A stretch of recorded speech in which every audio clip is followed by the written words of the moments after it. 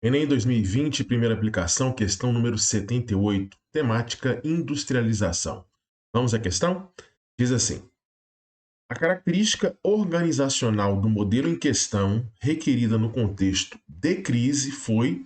Então veja que a gente vai ter que identificar a característica de modelo de produção, né? A organização do modelo de produção que o texto vai nos mostrar. E a gente vai ver como que esse modelo de produção foi importante, como ele é importante em momento de crise. Basicamente isso, tudo bem? Então vamos lá, começa o texto aqui, gente, olha só. O toyotismo, pronto, já disse tudo. Esse é o modelo de produção que o texto está abordando, que a questão está abordando, toyotismo, tudo bem? Aí ele continua. A partir dos anos 1970, teve grande impacto no mundo ocidental, quando se mostrou para os países avançados como uma opção possível para a superação de uma crise de acumulação. Então, a crise é a chamada crise de acumulação, uma crise de superprodução, por exemplo. Tudo bem? Então a gente vai ver como que o toyotismo é importante para superar crises de superprodução, crises de acumulação. Uma das clássicas crises de superprodução é a crise de 1929, que vocês conhecem muito bem, né? Vamos dar uma relembrada aqui na crise de 1929? É considerada uma crise de superprodução, que em essência é uma crise de acumulação do capitalismo. Tudo bem? Essa crise de superprodução de 29, que estourou e gerou um grande crash na Bolsa de Nova York em 1929, ela foi resultado do crescimento acelerado da economia dos Estados Unidos, do crescimento acelerado da produção industrial pós Primeira Guerra Mundial.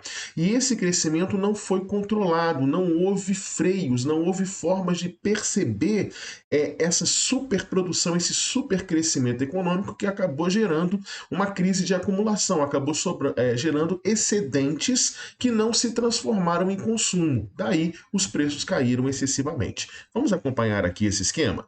Crescimento acelerado da produção nos Estados Unidos, que vai gerar crise de superprodução. Essa crise de superprodução vai provocar uma baixa dos preços agrícolas e industriais, porque se você tem produto demais em oferta e não tem consumo, o preço baixa.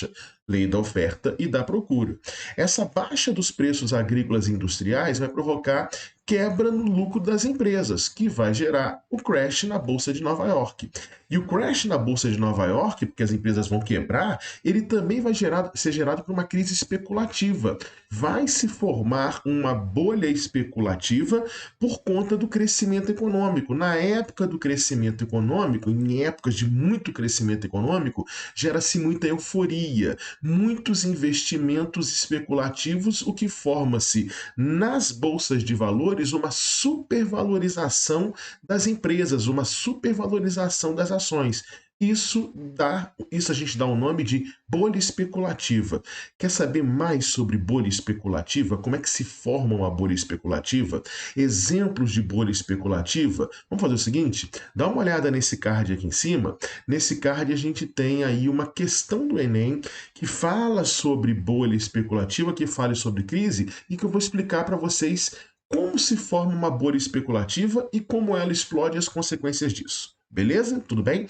Mas o grande crash na Bolsa de Nova York vai provocar falência de bancos, falência de empresas, o que vai gerar ruína das classes médias, o que vai gerar desemprego, desemprego cai o poder de compra da população, cai a procura por produtos, o que vai retroalimentar a falência de empresas. Ou seja, a gente tem um ciclo vicioso aí, um ciclo de desastre econômico. Tudo bem? Esse ciclo vicioso de desastre econômico vai gerar pobreza, miséria nos trabalhadores e vai afetar o mundo afora. Por quê? Porque a economia dos Estados Unidos nessa época era uma economia muito forte. Consequentemente, esse ciclo vicioso aqui vai provocar retirada de capitais americanos no estrangeiro, que vai mundializar essa crise. Tudo bem? Então, uma crise de acumulação. Outra crise de acumulação que o mundo vai passar é a crise de acumulação do pós-Segunda Guerra Mundial.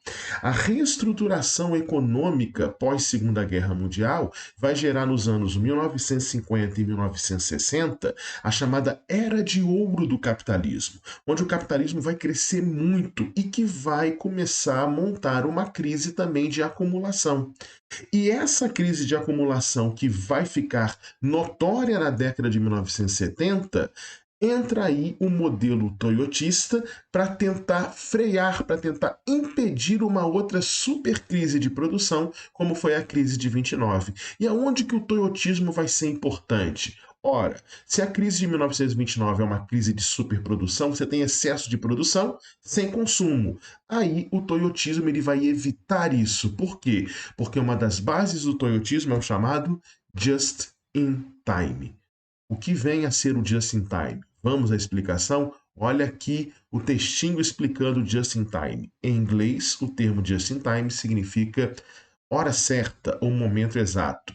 Esse modelo de produção, que está ligado ao toyotismo, né, faz parte do toyotismo, busca a precisão da cadeia de produção, encaixando as operações e as execuções de acordo com o nível de demanda, de procura pelo produto. Ou seja, tudo ocorre no seu devido tempo, nem antes nem depois. Essa metodologia evita estoque parado e o desperdício de matéria-prima. Então, você produz de acordo com a demanda. Você nunca produz em excesso.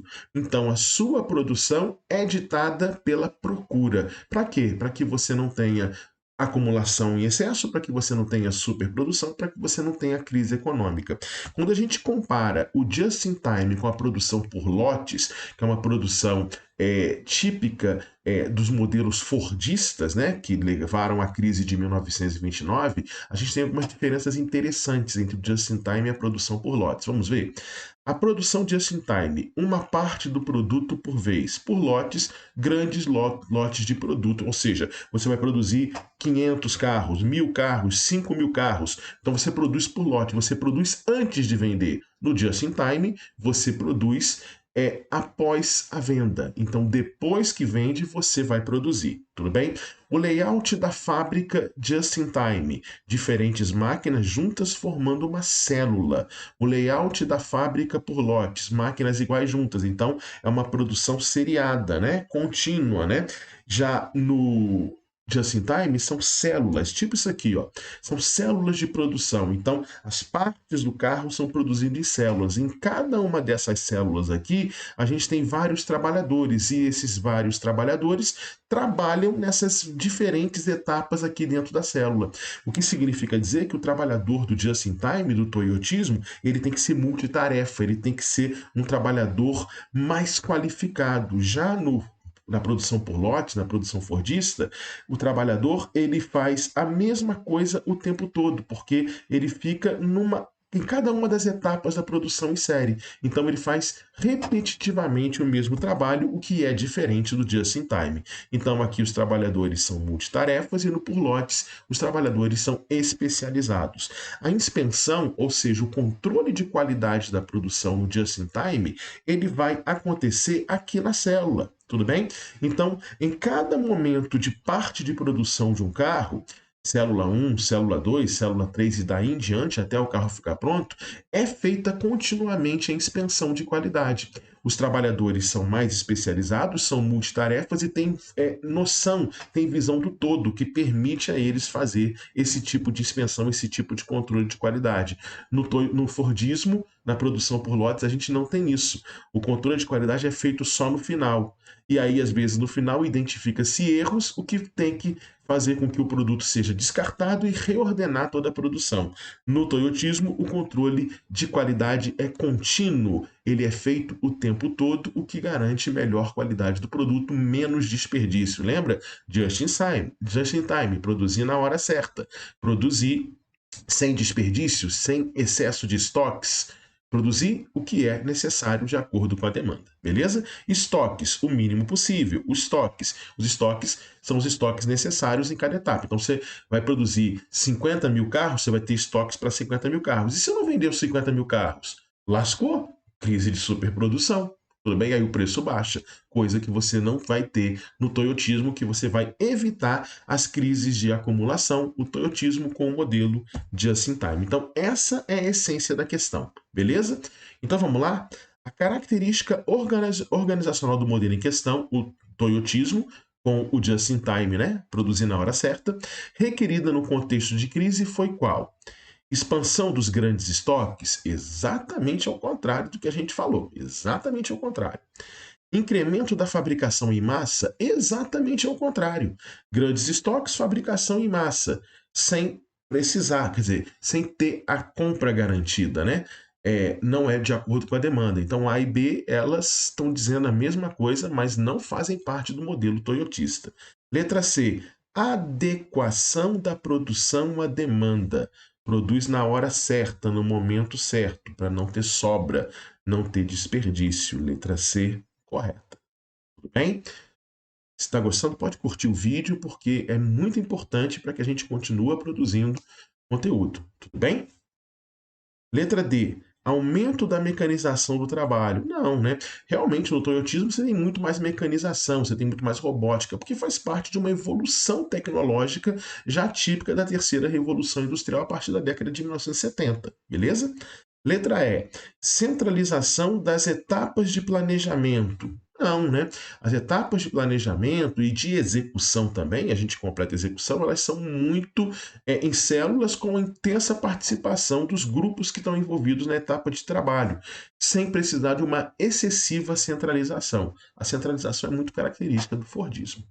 Tranquilo? Bacana a questão, né? Então a gente elimina também a letra E. Pode se inscrever no canal, eu pretendo produzir muitos conteúdos para vocês aí de Enem e também de outros vestibulares. E a resolução de questões em cima de recorrência, em cima de entendimento, é um dos focos fundamentais para o seu sucesso na aprovação do vestibular dos seus sonhos. Beleza, gente?